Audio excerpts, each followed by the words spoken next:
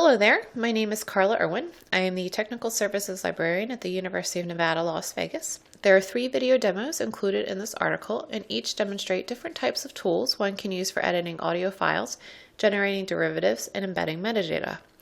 Most tools I am going to demonstrate are free, with the exception of this one, Adobe Audition. Audition is included in the Adobe Creative Suite, and I find it to be a very robust tool. If this software is not available to you, you can certainly get by with the tools I will demo in the other videos. Here on the screen you can see that there is an audio file already open, which is an oral history. As I mentioned in the article, we do very minimal editing of audio files in terms of stitching files together and making modifications to improve their sound quality. However, if your institution has the ability to do such processing, Audition certainly has that capability. You are looking at a WAV file if you have not already noticed. I'm going to demo 3 types of embedded metadata.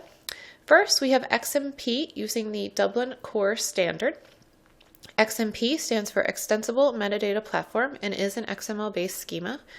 XMP became an ISO standard in 2012. The Dublin Core Schema is also an ISO standard and probably something you are already well familiar with.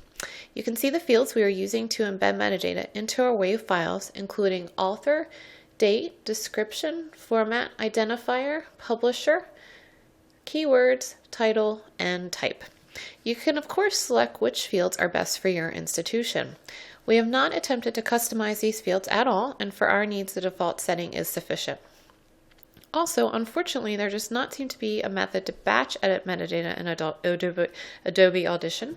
You may be familiar with Adobe Bridge, which does have the capability for batch editing of metadata, but it does not include the XMP Dublin Core schema. We are only using Audition for accessioning of new Born Digital oral history files, as each interview typically contains just one audio file, and therefore it does not add a lot of extra burden to embed metadata into the WAV files at this point.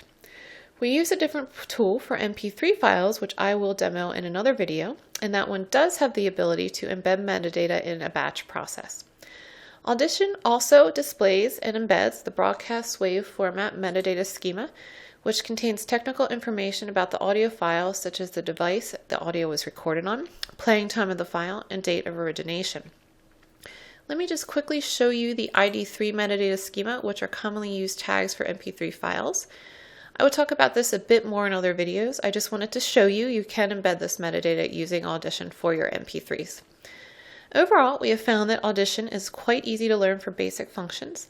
There are probably a lot of features that we are not fully taking advantage of, but it does meet our current needs.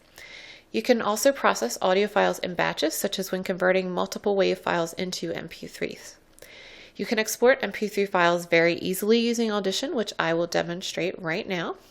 With your WAV file open, go to File, Export, File. I'm just going to rename our file name so it reflects our access copy. Then I'm going to browse to the location where we're going to save our access copy.